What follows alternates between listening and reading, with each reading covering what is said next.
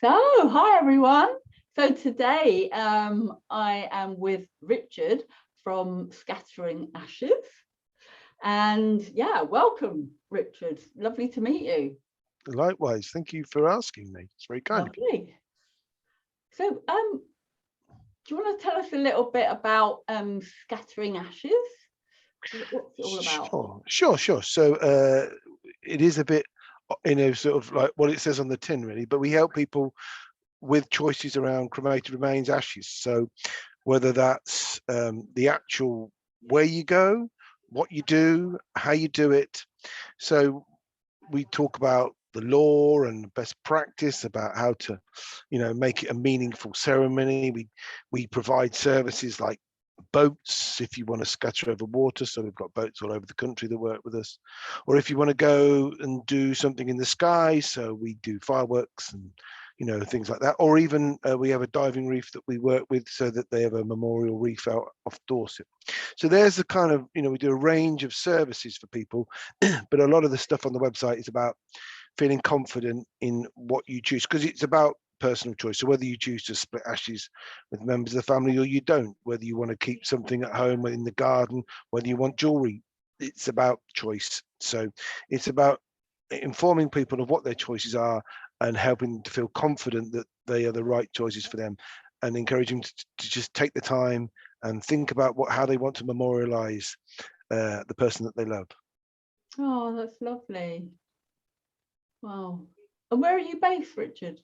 Well, we're down in Devon, just on the edge of Dartmoor. It's an old agricultural college called Sealhame. We're based in the chapel, which is quite appropriate, really. Oh, So you can see probably the old chapel window behind me there, and so this used to be that, but it's now sort of loads of other little businesses on the site. It's a lovely place. I can see the sea from one side and Dartmoor from the other, so can't knock the location. I have to say, yeah. no. And what are all those boxes behind you? These are urns for the water, you can see behind me. So what a lot of popular choice for people is to go and have a ceremony on the water. Now there's various reasons for this, but one of them is that people like, there might be fishermen or sailors, them or whatever they might be. But also, water's quite interesting because it's sort of it's kind of a universal connector. So people like the water for scattering because it's sort of like it's quite symbolic, and people feel that the presence of water, or they're in a sort of like quite comforting. And what these urns do is quite simple. Rather than it's such a classic mistake that people sort of go and they scatter ashes on water or the land, and they don't think about wind, and it blows around, and it can be quite distressing. Or some people find it funny, others find it very distressing. So the purpose of the urns is that you put the ashes in there, and some of them float, some of them sink, but they'll all biodegrade quite quickly. So a lot of them are made of like a sand and vegetarian gel, and then they dissolve in the water, releasing the ashes when they're in the water, you see. Oh, do they put them out in a little boat, or they float them out, or just Yeah, so literally? you can go and rent a boat and have them go when you're on the boat. You can do it from a pier, or you can do it from the beach. We even do Viking boats, so they actually do Wow. float out, and then you put your ashes in there, and you set it free, and then you set fire to it, and up you go, and then after a period of time, it will sink under the waves. So, that's is sort of, yeah, but that's kind of like making it sort of like a poignant ceremony, so that Mm. the ashes, people often know that they've got to scatter, and about 80% of people do scatter once they get them back from the crematorium at a certain point of time, whether they keep them for a little while or a long while, and then Right. they kind of like rush into it, or they don't think about it, and we're just here to encourage them to reflect on. And it's a good ceremony because it's not in that very, very extreme grief stage of the funeral, which is so visceral. This is actually, we say Scattering Ashes, celebrate a life, and it's about that, because you're kind of like a bit more reflective. It might be a month, a year, 5 years on. You're a bit more in that space of where you kind of like you kind of starting to accept, or you've accepted the loss of that person, and you can reflect on what their life meant, and in it with a bit more meaning, a bit more thought. So the ashes can be really an intrinsic part of that ceremony. Well, that's really lovely. So I remember for my friend, we waited a year. Mm. We waited a year, and I think it was on her anniversary, and she'd written in the will that she wanted her ashes scattered into the sea Mm. at a certain point just outside Weston-super-Mare, Sandy Point. And we had like a fire on the beach, Lovely. and then we had Yeah. like a ceremony, like a sharing, and then yeah, like everyone was there, like the kids were there, adults were there, and then it came to I'm smiling because it came to the bit where I stood out on the rock and had the urn, and I didn't think to check the wind, just There like you you said. go. And it all came back on me. Yeah, and you're in the you know, like this is because people don't realize is that when you get ash, there's a lot of ash, and it can be, depending on the cremation process that's used, it can be quite coarse to very, very fine, and it's that really fine stuff. It just catches on the wind, any wind, and when you've got water, you've always got wind. So you just have to be minded of that, really. Yeah, I learned my lesson. You learn your mistake. But it did bring it brought humor into the quite Mm. serious kind of, you know, Yeah. it was just lovely. Everyone had a good giggle at my expense. So It happens so often. yeah. So oh wow. So yeah, and Viking boats, that's another one that is very popular, isn't it? I've heard. Yeah, we sell them all around the world. Even we sell them back to the Vikings, to be honest with you. And that seems to work. It's quite poignant, you know. It's sort of like it's kind of like adds a sort of gravitas, you know, it's quite dramatic and stuff like that. It's lovely. You know, everybody loves them, you know, and it's just a sort of a really good. It's a really good thing to do, you know what I mean? So it just makes that ceremony that little bit more powerful, you know? Yeah. Yeah. Do you know, it reminds me of do you remember that film What We Did on Our Holiday with Billy Connolly? Yes. That's right. Yes, that's So right. they Yeah. did a real Viking funeral. Yeah. Well, you can't, unfortunately, you can't really have to go for the big, you know, what's up Hellier type thing in Shetland, which is quite good. And people do ask us to be buried at sea, like bodies, and you can, a couple of places in the United Kingdom where you can. So people do ask us about proper Viking funerals and stuff like Right, that. okay. But you can't really. You can do the boat, you can do. Weirdly enough, everybody thinks that everyone's sort of has this iconic image of a Viking boat being set off into the water and stuff, but actually most Vikings are buried on land, just like everybody else. So, but you know, you can still see Viking graves in the United Kingdom. They're called hogsbacks, and they're quite wonderful carvings actually. And so yeah, that's something we're actually looking at trying to help with too. So if people want to inter ashes under a hogsback, that'd be quite cool. Wow. What inspired you to start all this, Richard? How long ago? How did it come about? So I started this 2010, and I lost my dad when I was in my 20s, and we were given the ashes from the funeral director, and we decided that the golf course seemed the most obvious place to scatter. Scattering's sort of been culturally growing since about the 70s, and now most people do it. But like in the 90s, you had nobody helping, nobody guided you, nobody told you what to do. We went to his golf club because he was a super keen golfer. That was his kind of like life and stuff like that. And we went there, and they were sort of like, oh yes, if you must, and we weren't shown how. We weren't made to feel welcome. We certainly weren't made to feel welcome coming back. And then Mum thought, I don't want to go there, they're horrible, but I want to be with Dad. So you know, when my time comes, so you know, it's really difficult actually. And I thought to myself at the time, it's got to be better than this, and it just not rattled around my head. And I always thought that perhaps everybody wanted a tree. So everybody wanted a tree, everybody wanted to bury it with the ashes of the tree. We could have a forest and blah, blah, blah, blah. But I started off, so then I started blogging about this in 2009, 2010, and then started sort of basically asking people what they wanted to know about and what the questions were. And you could see what questions are coming up. So the kind of the business is built up from people asking and us finding the solutions for them, whether that's, I say, fireworks or jewelry or what have you. We've just Mm. gone where the customers have sort of said, we want this thing, we want to be able to do this thing, you know. So that's kind of where we've gone with it. Yeah. Wow, amazing. And is it just you on your own, or have you? No, you- there's so 3 or 4 of us. We toil away, just down here, and you know, that seems to be enough. And you know, it's good. A nice atmosphere. It's a nice place. It's all good. And the Wow. work. Yeah, oh no, it's so good. And it's like you say about that you support people, you talk to people. Yeah, every Because day, you know. And it's not like we planned for this kind of thing, is it? It's like no, death's such a taboo topic that no, when it no, comes to it, it's like, absolutely. And you know, I pick up the phone every day, and people say, "I've not done this before." I said, "No, of course you haven't.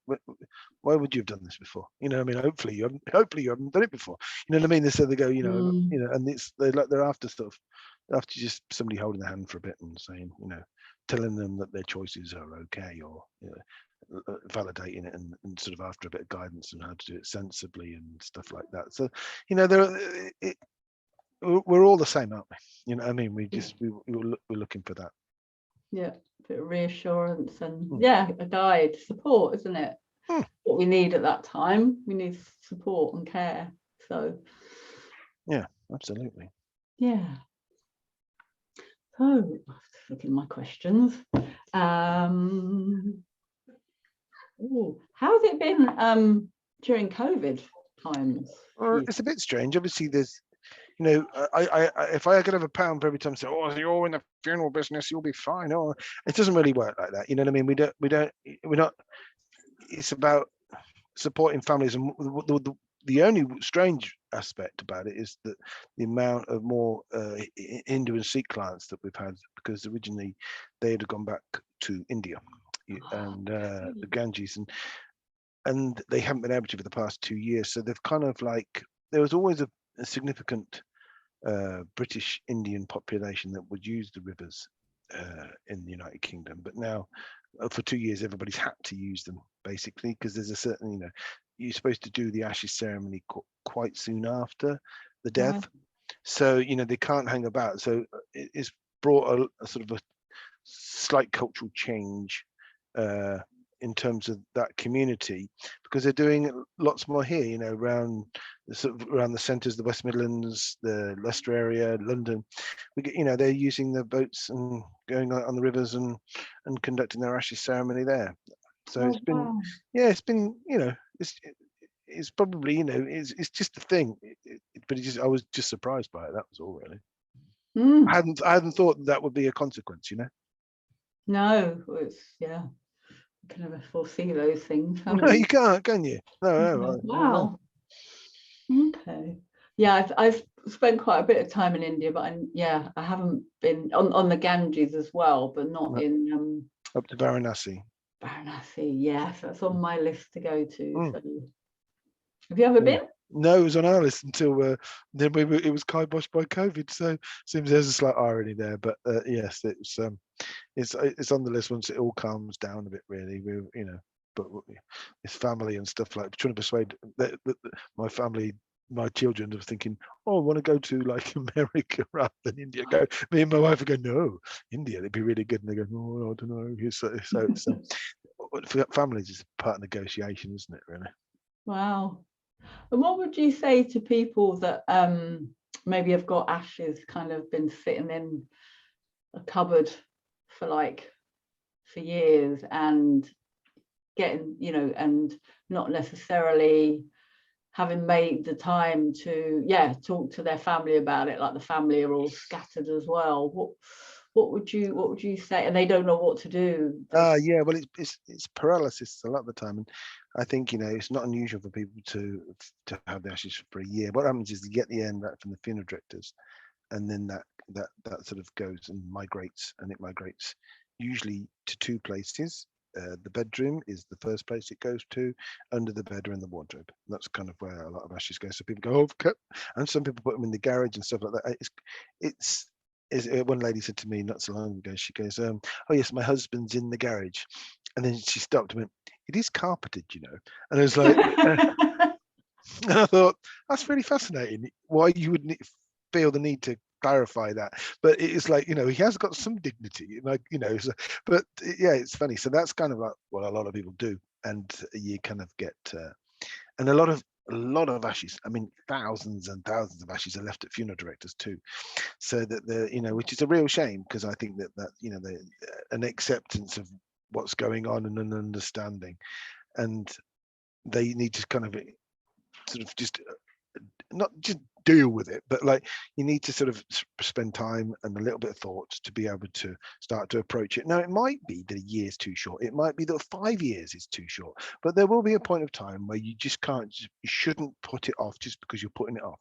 If it's the release thing, that's fair enough. No one wants anybody to rush that release thing, but likewise, the other way, just hiding away from it isn't the answer either.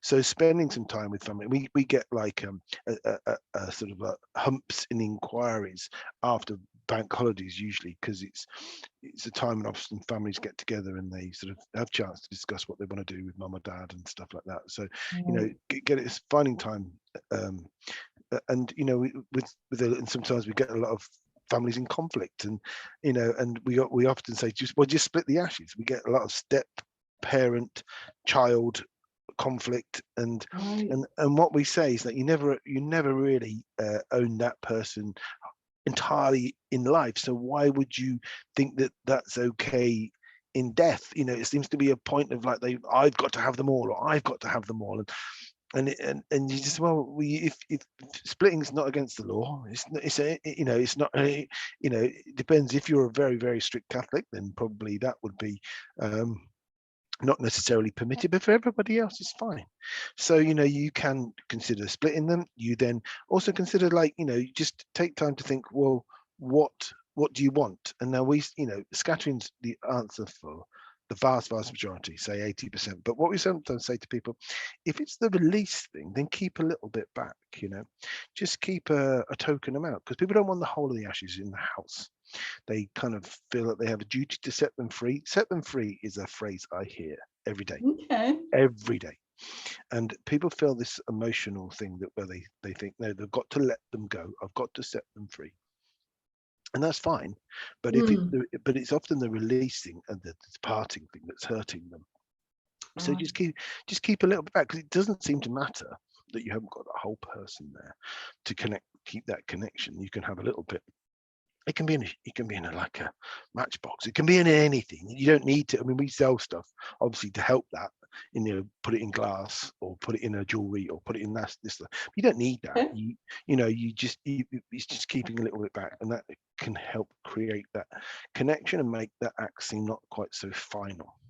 And sometimes other people say worry about cost. I don't really understand this worry, because it doesn't have to cost a penny. You know what I mean? Where you are in Bristol, you could go down to Severn Beach, and all it's costing you is it's the price train ride, train, fuel, bus. You don't need to get a fancy urn from the funeral directors. You don't need to do anything. You just need to think about how to make it a meaningful ceremony, and that doesn't cost a penny. So I'm not sure about the cost one. So it's don't rush, plan it out, have a think.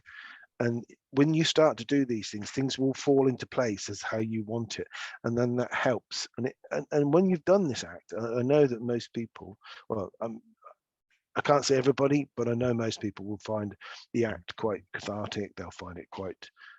It's a good thing to do once you know you've got to do it and you've done it. You feel like you've done that then. But as I say, you don't have to have an entire separation. Yeah. Well, I mean, it's like a lot of things as well. It's like, you have to do something, or and it's like, once it's done, it's done. Yeah. It's that right amount of time, and we sometimes get kids and the parents in conflict. There's often like dad passes and mum wants to hold on, and the kids go, "What are you holding on for? You should get this done." So no, it's the right time, and it might be a week, a month, a year, 5 years. It might be whatever it might be. It depends sometimes on how the person left. So we find that a lot of the time, if there's a slow passage to death or there's dementia involved, then people are happy to do it much quicker. And sometimes if it's a sudden death where they're finding that the break is that much more sudden, then the release time's that bit longer. It just depends. Yeah, it's very individual, isn't it? And Totally. and I think also that's why it's great when people can, like when my friend, she wrote down exactly what she wanted with her ashes.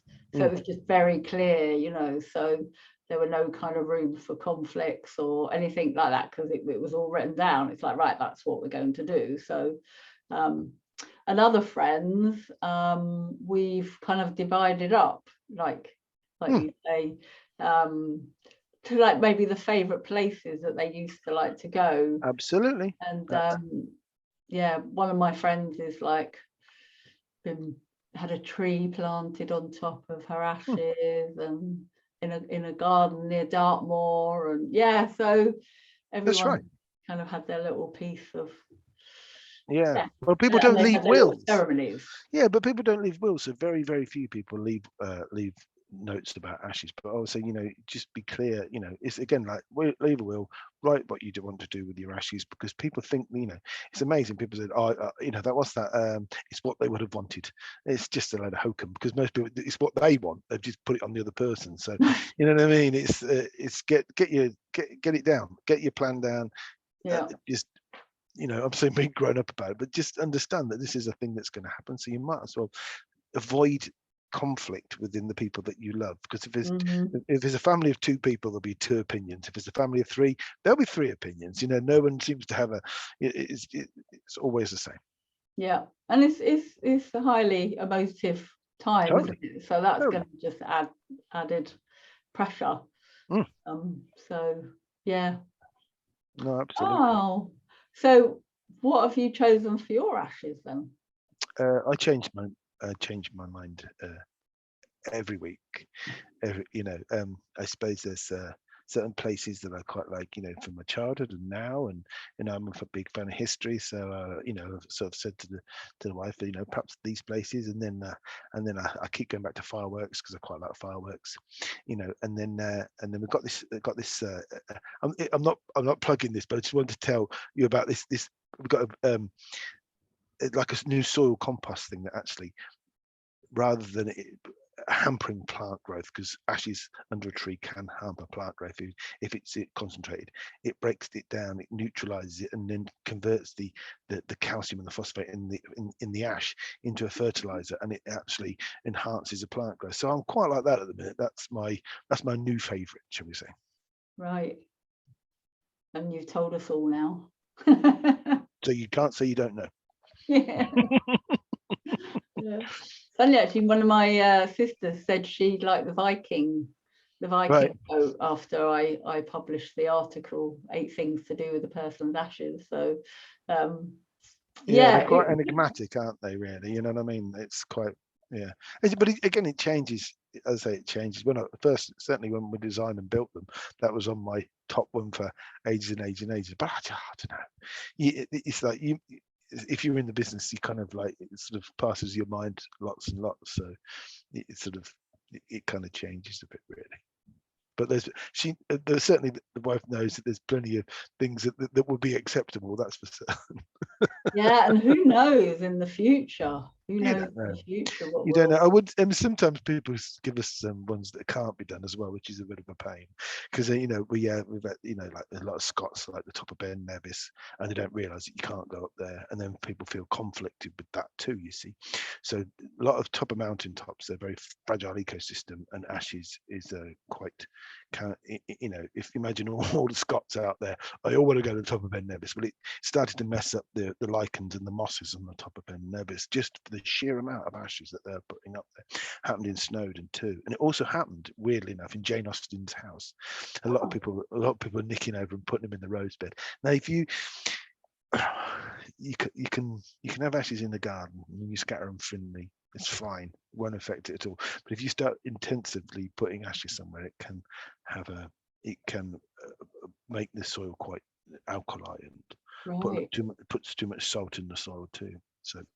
And does it make a difference if someone's been embalmed? No. None at all.